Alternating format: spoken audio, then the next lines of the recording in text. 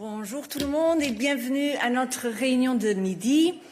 Nous avons plusieurs annonces pour vous avant de répondre à vos questions. D'abord, permettez-moi de vous informer que la présidente von der Leyen s'entretient en ce moment même par téléphone avec le roi de Jordanie, Sa Majesté Abdullah II. Nous publierons un compte-rendu de leur appel suite à l'appel téléphonique. Nous pouvons d'ores et déjà annoncer l'agenda de la présidente von der Leyen pour la semaine prochaine, puisqu'il s'agit aujourd'hui de notre dernière réunion de midi de la semaine. Demain, on a, suite au collège, bien évidemment, le debrief, mais pas dans ce format qu'on a autrement. Donc, lundi, la présidente von der Leyen recevra à Berlin le prix Politica de la personnalité politique de l'année. Mercredi matin, elle participera à la réunion du collège ici au Parlement. Et dans la soirée, elle prononcera un discours au sommet de la recherche et de l'innovation, STOA G6, au Parlement européen. Voilà pour l'agenda de la présidente pour la semaine prochaine. Now, let me announce the agenda and press arrangements for tomorrow's college meeting, following the weekly meeting of the heads of cabinet yesterday. So tomorrow, commissioners will adopt a communication on the EU Start-up and Scale-up strategy, Choose Europe to Start and Scale. And this communication will be the focus of tomorrow's readout, which will, as usual, follow the college meeting, and it will be presented by Executive Vice President Séjourné and Commissioner Zaharieva. We will also have a dedicated off-the-record technical briefing on this communication at 10 o'clock tomorrow, as usual for accredited journalists. The College will also adopt a joint communication on the EU strategic approach to the Black Sea region and a proposal for a regulation on the External Action Guarantee. High Representative Kallas and Commissioner Kos will come to the press room following the readout to present the Black Sea strategy. And finally, Commissioner Sikela will present in a separate press conference back-to-back the proposal for a regulation on the External Action Guarantee. And as usual, we will share with you more details through our channels. Passons maintenant à un rappel sur la réunion du Conseil Affaires Générales qui a lieu aujourd'hui à Bruxelles et où la Commission est représentée par le commissaire McGrath. L'agenda figure notamment la 8e audition formelle de l'Hongrie dans le cadre de la procédure de l'article 7, paragraphe 1 du traité sur l'Union européenne et le dialogue annuel sur l'état de droit, se focalisant cette fois-ci sur la Slovaquie, la Suède, la Finlande et la Belgique. La simplification du mécanisme d'ajustement au carbone aux frontières et le soutien à Radio Free Europe seront également discutés par les ministres aujourd'hui. Le commissaire McGrath participera à la conférence de presse qui suivra la réunion aux alentours de 18h30. Donc, nous vous invitons, comme d'habitude, à réserver vos questions sur les points à l'agenda de la réunion du Conseil pour cette conférence de presse dédiée. Et pour terminer, permettez-moi de vous rappeler encore, oui, en fait, pas de vous rappeler, mais plutôt d'inviter Thomas à me joindre sur le podium pour 2 annonces relatives à la recherche et à la défense. Thomas. Thank you, Paula. First, let me start with a DSA announcement. So, children should not have access to pornographic content. This is why today the Commission has opened investigations into Pornhub, X videos, strip chat, and X and XX under the Digital Services Act. We suspect that these pornographic platforms are not properly assessing and mitigating risks stemming from the services and not effectively preventing kids from accessing adult content. We will now conduct an in-depth investigation and invite the 4 companies to cooperate throughout the process. At the same time, we decided with the national authorities to take coordinated action at EU level to make sure that we also tackle smaller pornographic platforms at national level. You can find more information in the press release that we have just published. Now, another proactive on the defense side this time. Exceptional times call for exceptional measures. These were the words of President von der Leyen when we proposed the Rearm Europe Readiness 2030 plan less than 3 months ago. Today, we warmly welcome the Council agreement on our SAFE instrument. This will leverage up to €150 billion for EU member states, EEA, EFTA countries and Ukraine to jointly procure in key defense areas. Member states have now 6 months to submit their initial proposal to the Commission, which we will then assess. And here again, you will find more information in the press release that we have just published. Thank you very much, Thomas. And with this, we can proceed with your questions. Andy?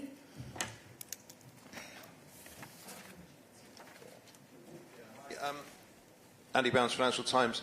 There's a story running on Reuters that the European Commission, Ursula von der Leyen herself, has personally written to business groups, specifically Business Europe and the European Roundtable of Industry, to ask them what investments they are proposing to make in the US over I don't know what time period. Can you give us any more information? Are there any more business groups involved?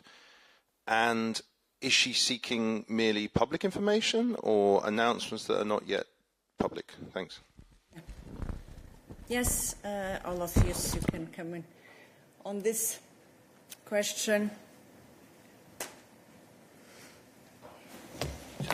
Yeah. Hi, everyone. Thanks for your question, Andy.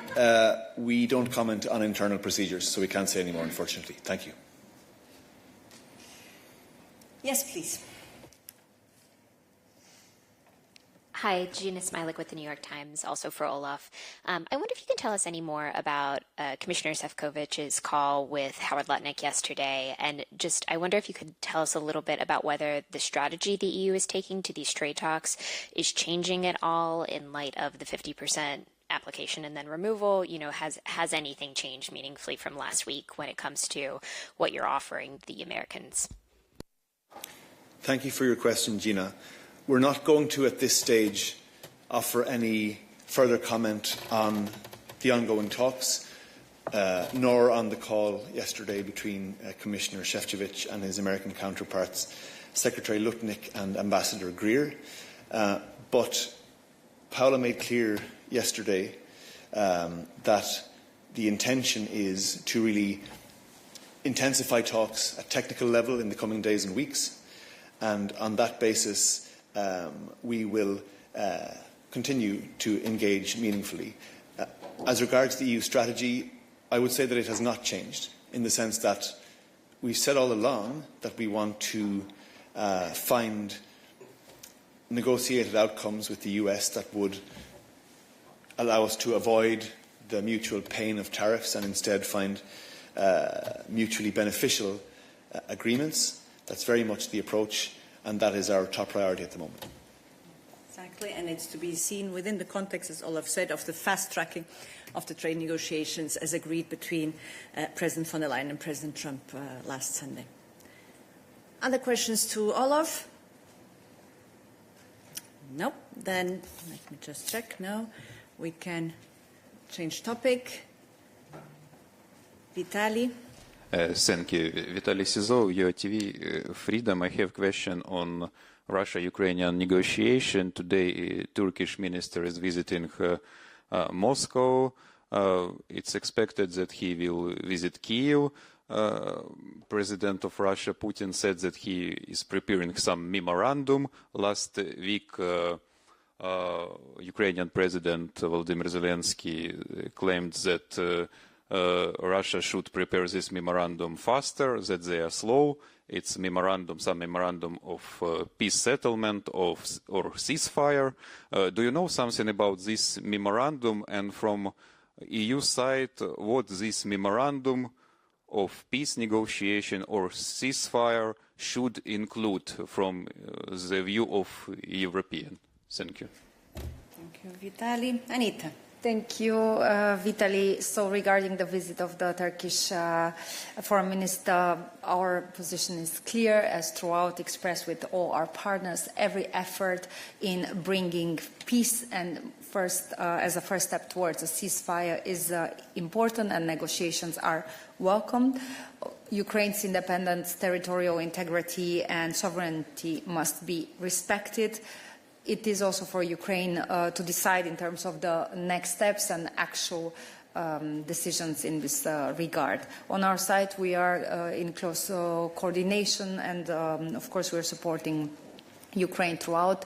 And let's just recall for the context that it has been more than 2 months that President Zelensky has agreed to a ceasefire. We have also the leaders' statement, a U27 statement, recalling the need for an unconditional and immediate ceasefire, and also our work in this regard in terms of increasing the pressure on Russia, Freudian slip, and ensuring that we have more sanctions for Russia. Thank you, Anita. Any further questions to Anita on the external affairs? Yes, Jorge. Hi, Paula. Yes, I have a question about sanctions, but sanctions actually coming from the United States, because we know there's a bill in the United States promoted by Lindsey Graham and Richard Blumenthal that it's gaining a lot of support, 81 signatures, I think, last week. This bill is supposed to sanction Russia, but also foresees the use of 500% tariffs against countries that buy Russian energy. And we know that at least half of member states still buy Russian energy. So do you have any official position regarding this bill in the US Senate, and are you concerned about the devastating impact that these tariffs could have on several member states? Thank you. Thank you. I can only speak on the sanction proposals that we have seen from Senator Graham, and the High Representative has also expressed herself in this regard. It just shows that the US is also aligned when it comes to the need to put more pressure on Russia, and this is the main message. We have also our tools to do so, and we are using them at our fullest extent. Yes, Jorge, you have a follow-up? Yes, thank you. Just to clarify, Anita, has the High Representative or anybody from her team been in direct contact with Lindsey Graham to discuss this specific bill and the potential impact it could have on the European economy as well? Thank you. Thank you. If I have any further details, I'll be happily reverting to you. But Jorge, as I've said a number of times here, of course, we try to coordinate with the US on sanctions to the extent possible, because the more we join on that front, the bigger impact we can have. And so coordination in that sense, in the various forma, does take place, and notably, and also we discussed here in this room yesterday, for instance, in the context of the G7. Other questions to Anita on foreign affairs? No. Different subjects? Yes, Alexandra.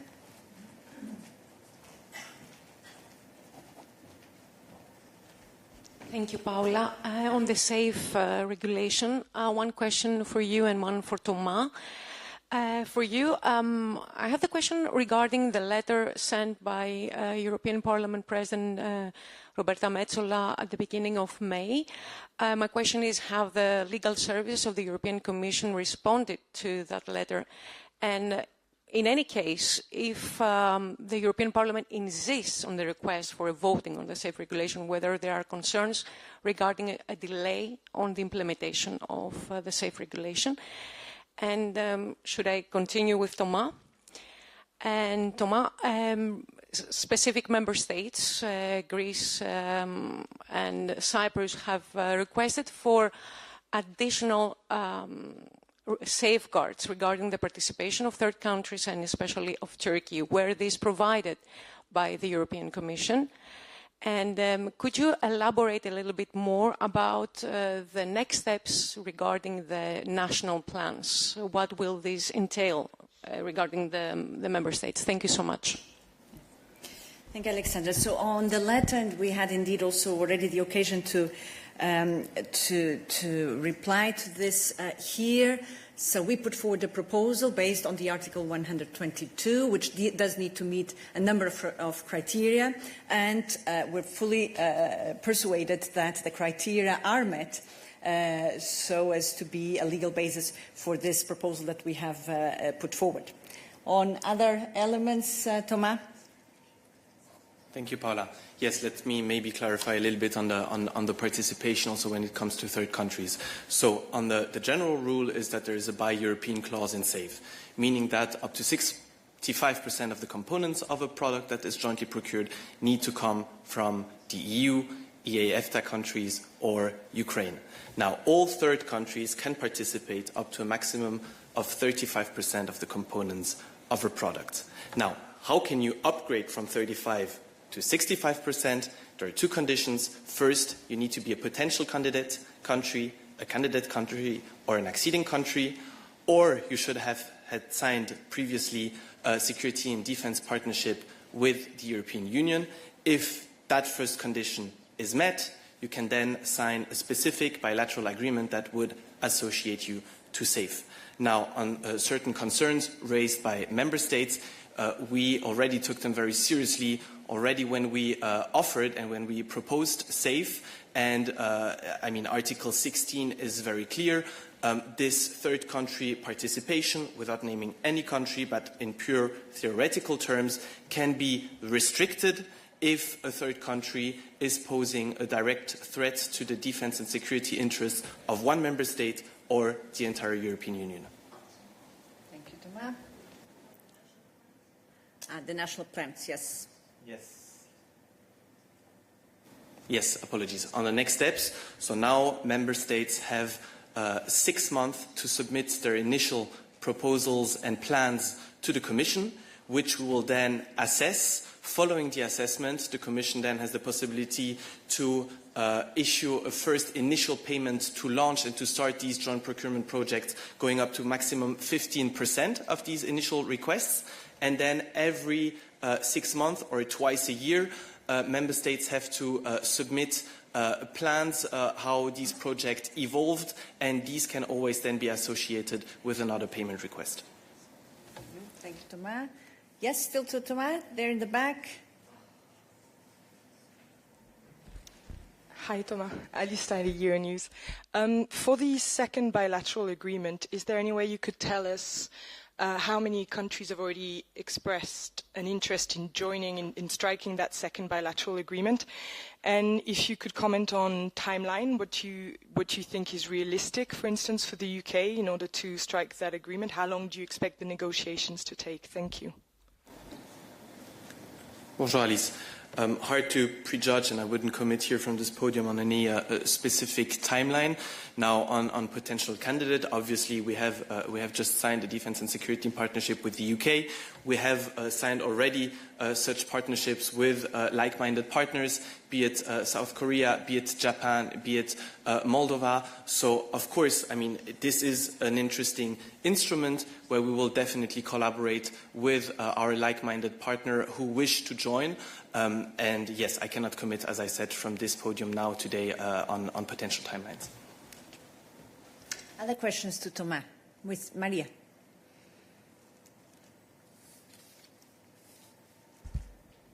Yeah, Maria Vassiliou, Greek Daily Tanea.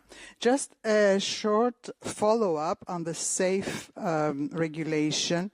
You said, you referred to the 6 months. So are you going to wait until this 6 months are completed to start evaluating the plans, or you will approve plans as they come in?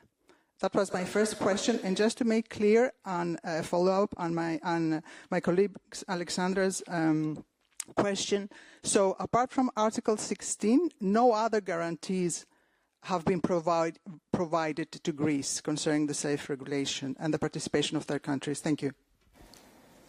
Thank you very much. On your second question, because I forgot the first one, on your second question, this is a very important safeguard. Article 16 is very specific.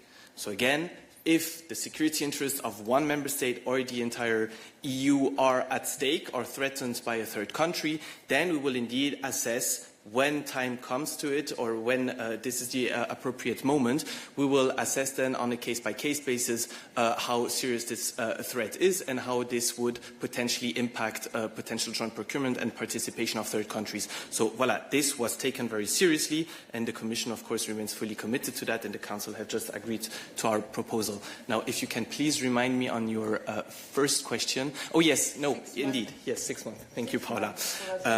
I would say let's be pragmatic. I mean, the President was indeed very vocal and clear about the fact that, voila, these are exceptional circumstances requiring exceptional measures. Now, we have a safe instrument, and as the proposals come in, now, of course, Member States have 6 months now to submit their initial plans, but we will be very pragmatic and not sleep on these plans for 6 months to start assessing them. So this will be done as they come in, I'm pretty sure about that. Yes, Andy. Still to Thomas. So, can you tell us who is on the list? Who is threatening the EU? Who falls under Article 16? It's a very strange way of doing things. Presumably, are you saying somebody would have to apply and then you would assess it, or are there countries already threatening the EU interests which might be told not to bother applying? Thanks. Hi. Thanks. This allows me to clarify. Indeed, all third countries can participate up to a maximum of 35%. That's very clear. We're not excluding anyone from a list here, from this podium, nor today, nor in our proposal, nor in the agreement that was reached in the Council. Now, of course, and as I've said, we have a specific article safeguarding the interests of the European Union and of our member states, but we're not drawing any lists here. This will be tackled if and when we get there. Good. Other questions to Thomas? Yes, Angela. Angela Scoogens from TVP World. Politico reported today that the European Commission will potentially approve Poland's request to reallocate almost €6 billion of EU post-COVID funding from green projects to defence. I was wondering if you could confirm this and whether that will be announced today. Thank you. Yeah, thank you. That will be for, it's the other leg of the file that is covered by Balázs, since it concerns budget. Very short answer. So indeed, there is an amendment request on the table that we are looking at very closely. It has not been adopted yet, but once it's the case, we'll let you know. It could happen very shortly indeed. So I will be in touch with you in the afternoon. Okay. Now that we have Balázs with us, any questions? No. I have a number of online questions, not sure whether they concern maybe topics that we had previously. So let's go for Mathieu Bion.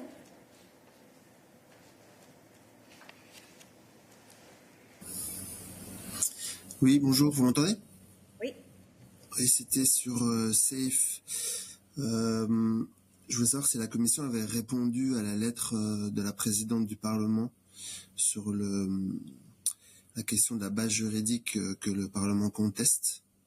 Donc maintenant que le texte est appelé, j'imagine que le Parlement va mener une affaire devant la Cour de justice, mais je voulais savoir quelle justification donc la Commission avait apportée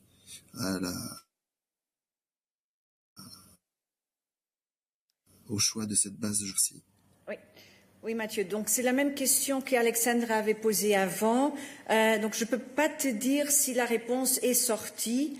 Ce qui est clair, c'est que on avait basé la proposition de législation sur l'article 122 qui prévoit des critères spécifiques, comme j'ai dit avant, et donc on a bien justifié la présence de ces critères qui sont notamment une situation exceptionnelle qui justifierait le recours à cette base juridique. Je n'ai pas l'argumentation juridique devant mes yeux, mais on avait bien discuter de cela avant de mettre sur la table la proposition et donc on est confiant sur la décision d'avoir choisi l'article 122 comme base juridique pour cette proposition. Alors j'ai d'autres questions en ligne. Albert Cadanet.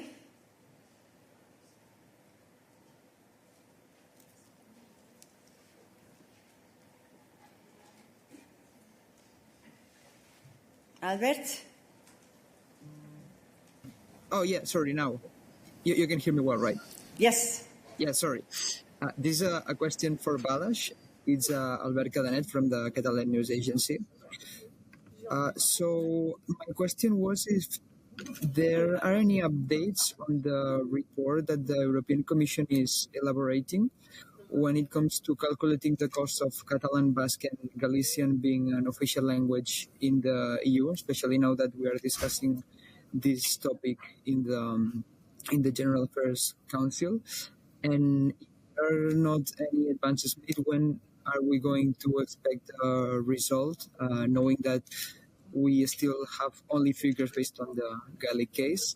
And another question on that one is if that the Spanish government has been in touch with the European Commission in any kind of way to request more information about the report or to ask for an acceleration on the elaboration of the report. Thank you so much. Thank you, Albert. And you mentioned it yourself, right? So this is a question that is on the agenda of the General Affairs Council today. So you will bear with us. We will not go into the details of this, waiting to see precisely what comes out of this discussion. This is something that can then be addressed later this evening to Commissioner McGrath at the press conference. Yes, Balázs agrees with me. So we will go into more depth if need be in the coming days, but without prejudging what will be discussed today at the General Affairs Council. Now, on your second question, tomorrow Prime Minister Sanchez is meeting Vice President von der Leyen here in Brussels. I cannot say what will be on the agenda. I don't know if this is a subject that will be brought up. In any case, it is a subject which is of the competence of the Council and therefore also very rightly discussed today at the Council, at the General Affairs Council. Other questions to Balázs, now that we have the pleasure of having Balázs back on the podium. Let me just look at the questions online. Are these for Balázs? Does not seem to be the case. No. So we change subject again. In the room, yes, Susanna. Susana Fresh, SIC Portugal. First of all, you mentioned the phone call of President von der Leyen with... We cannot hear you well, Susanna. Maybe you'll have to speak. This is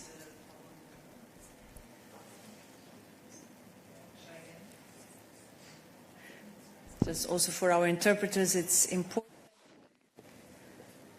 Oh, go again. Okay. Go ahead. So my first question, so you mentioned that President von der Leyen is having a phone call with King of Jordan. I would like to understand if they're going to talk about Gaza specifically. And I also would like to know if there's any kind of news regarding the revision of Article 2 of the Association Agreement and if you already have a deadline for that? Because, well, I suppose you also see the news coming from Gaza, and the number of dead people, including children, are continue increasing. Thank you. Yes, thank you, Susanna. So as I mentioned at the very beginning of the meeting, we can expect a readout of the phone call that President von der Leyen had now. I don't know if it's already over, but with King from Jordan. I would expect that indeed Gaza is one of the topics that has been discussed, but I'll just ask you to wait for, I think imminently we will be coming out with a readout of that call. On the association agreement with Israel and the review, I think we do not have new elements to share with you, but Anwar, correct me if I'm wrong. No, Paola, I wouldn't dare because it's still valid. So we will share any information in due time. The review is now being conducted, but we don't have any horizon in terms of the timeline or in terms of the outcome that this might raise. On the other point that you have raised in terms of the situation on the ground and the loss of life, the High Representative has been quite clear that the loss of life is simply untenable. Israel has the right to self-defense, but current actions that we see on the ground go beyond proportionate self-defense, and we urge Israel to exercise the utmost restraint. Both Palestinians and Israelis have suffered for way too long and way too much, and it is time to break the cycle of violence and suffering. Thank you. Sì, Susanna? Okay, if the situation is unbearable, and well, we have here these several ministers, including the president of the European Council, has said that that Israel is not respecting international law. So I don't understand why it takes so long to do this revision. So exactly what is the problem? Why does it take so long? And if you also can reply to this, because last week you announced 50 more millions for humanitarian aid for Gaza. Once again today, the news are that any aid arrived or reached the north of Gaza. So can you tell us how much of these 50 million, or if you want 170 million, when you take the entire amount for 2025, have entered in Gaza? Thank you. Thank you very much. I can reply on one part of your question, and then in terms of humanitarian and numbers, I would let Eva come in. We're seized of the matter. Why does it take time? Because diplomacy is all about dialogue, right? Dialogue also in terms of putting pressure on our partners, in terms of keeping channels open, and this is what we are actually doing, and this is what the High Representative has been doing since the start of her mandate, speaking to both sides, the Israelis, but also the Palestinians. We have been holding not only the Session Council with Israel, but also at the same time the high-level dialogue with the Palestinians. She had herself spoken to the Israeli minister not so long ago to be very clear and very loud in terms of the situation that we do see on the ground, with the loss of life being untenable. And we have also been quite vocal in terms of reminding that Israel, as the occupying power, has the duty of making sure that the aid does reach the people in need in Gaza. And we do call for full respect of international law and international humanitarian law, and to also call for accountability for all the crimes that we see on the ground. Thank you very much. Thank you, Anwar. I think on the update of the humanitarian law, Eva, do you have any update? I think this could also be part of the. And if it will be part of the readout from the call with the King of Jordan. Thank you, Paula. Good afternoon. I can compliment Anwar. the trucks started to enter Gaza. There are hundreds of trucks that got into Gaza, but this is still like a drop in the ocean.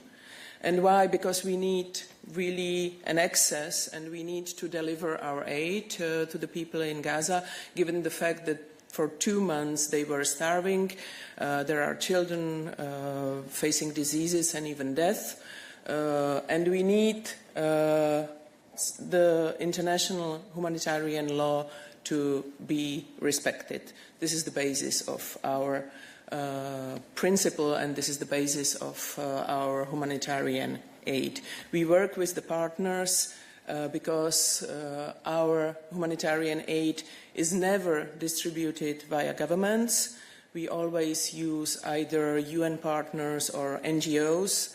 Our aid is always impartial, and it cannot be used as a tool of war. Thank you. Thank you, Eva. Other questions to Eva? No, I have some online. Is there any to Eva? Maybe. Let's see. Agathe de Clerc. Hello, can you see me and hear me well? Yes. Okay. Hi, my name is Agathe de Clerc. I'm working for Le Soir. So yeah, my question is for Eva. It's about the Pride in Budapest.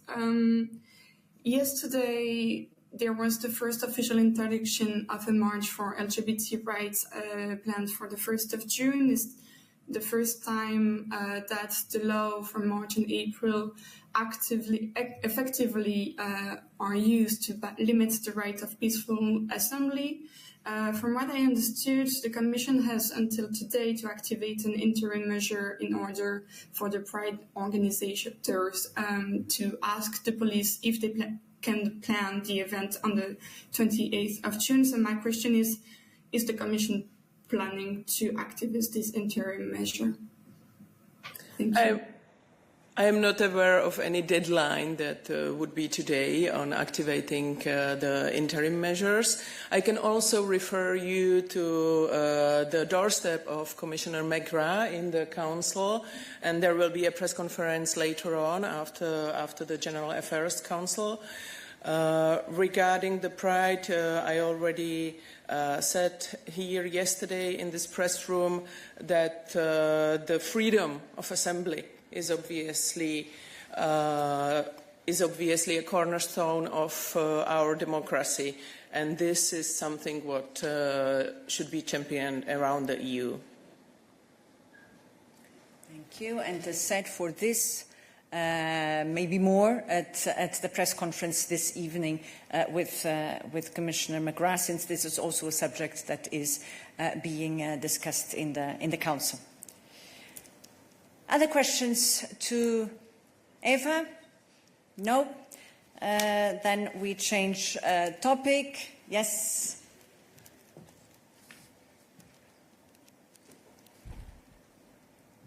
Thank you very much,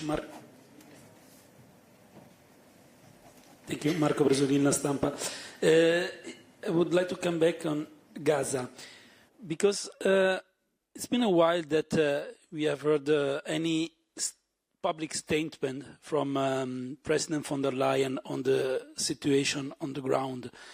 We have heard the President of the European Council position, the High Representative yesterday, Chancellor Merz came out with a strong statement.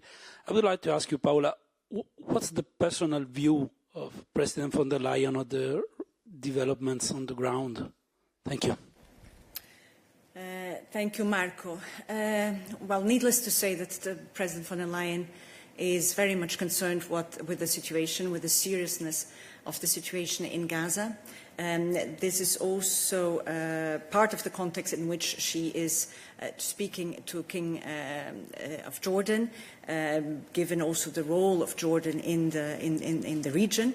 And you will have, well, we will all see from this readout where President von der Leyen will also pronounce herself on how she sees the situation and precisely the reason why she has talked to King of Jordan. And it should be out in at any moment now. Yes, Andy, probably a different subject. Yeah, sorry, Olaf left the platform before I could ask my second question. I missed it, sorry. It's just on Ireland. Today, the government says it's going to table this bill which would ban imports from illegal settlements in the West Bank. Is that compatible with the common commercial policy of the European Union? Thanks. Andy, my dear, if you had been here yesterday, you would have heard me give a beautiful answer to this very question. And it is that we can't comment on something we haven't been notified of yet. So once that happens, we will look at the details of any such bill and we'll make an assessment then. But we can't say anything at this point. Okay. Yes, Eddie, to Olaf? No. I think Olaf had his turn today, so his share of questions. So we move on. Yes, Eddie.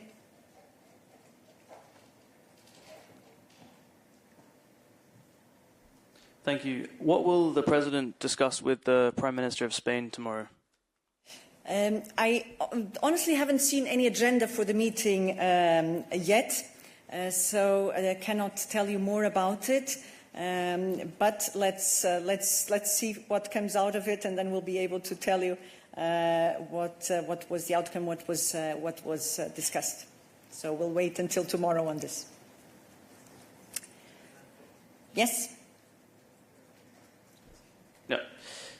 On a different point, have any commissioners since yesterday decided that they will attend the Pride Festival in Budapest?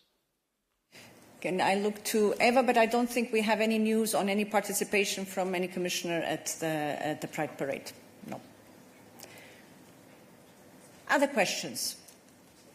Not in the room. I still have a couple online. Johannes Perterer.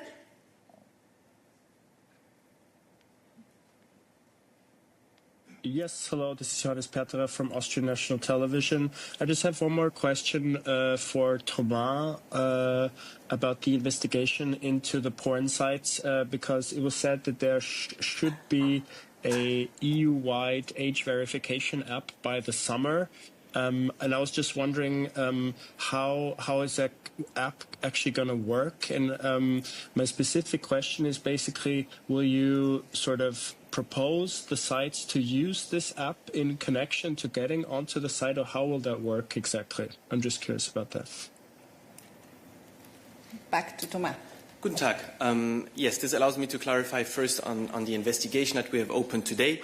First, the obligation is for the platforms. They need to have appropriate age verification measures, especially when we're talking about protecting our children from adult content. So this is their responsibility. Now, it's true that we, from a Commission point of view, are working in a parallel track currently on an EU-wide age verification tool, the so-called EID wallet, where we are in the pre-phase currently, where we'll try to, already in July of this year, provide a pilot that could be then tested at EU level. So, of course, we're doing our work at EU-wide level from the Commission point of view with an age verification tool, but it's very important to keep in mind that the ultimate obligation within the DSA lies first with these platforms. Okay, thank you, Thomas. I have another online question. I don't know if it's for Thomas or somebody else. Let's see. Leah Hillebrand.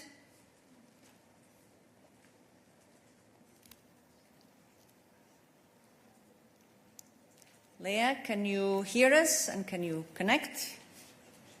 Yes, can you hear me? Yeah, good. Hi, Leah Hillebrand from ID Studio Brussels. This is not a question for Thomas. Can I still go ahead? Great. Then I know you already said that there will be press release later on, but could you give us any idea of what we have to expect for the Black Sea region strategy for tomorrow? Thank you very much. On this one, you will need indeed to wait until tomorrow. It's not far away. In less than 24 hours, we should be able to tell you all about it following the discussion in the College by all members of the College. And there we will be in much safer ground than if I tell you anything about it today before it goes through adoption. Good. Any other questions? No, I have one left online. Ikrem Krasniki. Hello, can you hear me? Yes. It's for Anna Kaisa on the Jorgensen's proposal to the member states to end the Russian gas imports by 2027. And my question is particularly about Bulgaria, which does not use Russian gas, but it serves as a transitory route for Serbia, for Macedonia, from Serbia to Bosnia, and then from Serbia to Hungary. I'm asking the question because yesterday we learned that the Serbian company has renewed the contract with Gazprom until September because of fears that Gazprom is still negotiating with Turkey, and then it has also to eventually reach a deal with Bulgaria for a transitory route to Serbia. Does the Commission have proposed to Bulgaria to halt the transitory routes for Russian gas as well? We did present the roadmap to phase out Russian energy a few weeks ago, and the follow-up to this will be a presentation of legislative proposals that is coming up next month. And these proposals will then outline in detail that how do we then achieve this full phase-out. There was already a political statement made in the communication, and the rationale and the reasoning and the context, how and why this is important, and why and how we are going to achieve it, and how this is just a continuation to a very long-standing policy that we have already had to diversify away from Russian gas and other fuels, and to now fully phase out. But to comment on details of this is something that I will not do until we have the legislative proposals presented to us. And then, of course, in the case that you mentioned, Serbian company making contracts with Gazprom. I mean, this is of course something that we would not comment. It is between companies and as we know, and companies especially of third countries at this stage. But on the details, how we will concretely achieve this goal of phasing out Russian gas together with Russian energy together with our member states, this is something that we will be outlining in detail when we present the proposals, which will happen in a few weeks. Thank you, Anna Kaisa. I don't see any more questions. Thank you very much for your participation, and have a good afternoon.